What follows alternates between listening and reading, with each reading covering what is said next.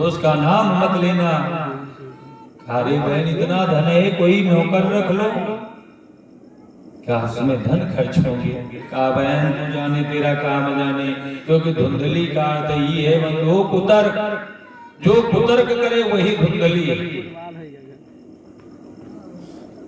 वो तो चली गई दूसरे दिन, लेकिन अभी भी धुंधली ने फल नहीं खाया। दूसरा दिन हो गया, दूसरे दिन उसकी छोटी बहन जो पड़ोस में रहती थी, जिसकी केवल इच्छा थी ये सारा धन मुझे मिल जाए, इसे कोई औलाद न हो, पुत्र पुत्री न हो, ये मनसा थी, वो आ गई। उससे जैसे कहा रे बहन आप किसके बकाये में पड़ी हो कि खाबे पहले ढोंगते ये जोगी अवधो। अरे बहन कहूँ फलन दे पुत न देखे पुत। अरे आज तक मैंने कहीं फल से पुत्र होते देखा? अरे सब बाबाओं के चक्कर में मत पड़ो। और फिर आपको पुत्र की क्या आवश्यकता? अरे हमारी वजह से 4-5 पुत्र हैं, सब आप ही के तो हैं, और फिर होने वाला है। इस बार जो पुत्र होगा मैंने पहले से ही संकल्प कर लिया कि ये पुत्र मैं आपको लाके दे दूंगी। और बहन यदि बाबा के फल की आवश्यकता है तो काफी दिन से आपकी गैया भी कोई बछड़ा बछड़ी नहीं थी, उसे पवा दो। और बंधुओं जिसकी जैसी बुद्धि होती है, यदि उसी भांति कोई बतलाने वाला मिल जाए तो उसे बहुत अच्छा आता, आनंद लगता है कि बड़ा मजा आया, बड़ा आनंद मिला उसी की भांति में यदि समझाने वाला मिल जाए। तुरंत धुंधली ने वही किया कि फल उठा के गैया को पवा दिया। और समय व्यतीत हुआ, जब समय आया उस बहन की पुत्र हुआ, उसे ला करके धीरे से धुंधली को दे दिया। धुंधली ने आत्मदेव जी को संदेशा भिजवा दिया कि घर में पुत्र हुआ है।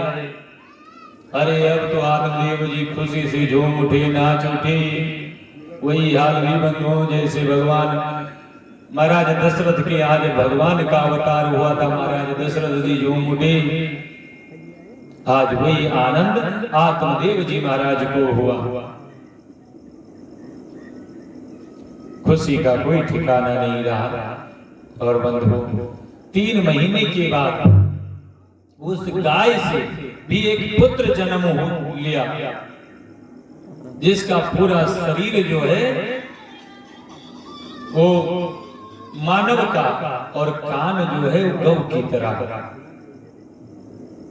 आत्मदेव जी महाराज अब जैसे सुने, अरे महाराज गाय से भी पुत्र हुआ। लोग कहने लगे देखो भैया, जब भगवान देता है तो छप्पर फाड़ के देता है। पंडित जी एक पुत्र के लिए चिंतित थे, कोई पुत्र नहीं, आज जब भगवान ने दिया तो गैया से भी पुत्र दे दिया।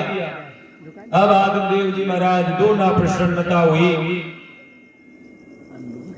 काफी दान किया कि गवकर्णं तम सुता दृष्ट्वा गवकर्णे नर्वता।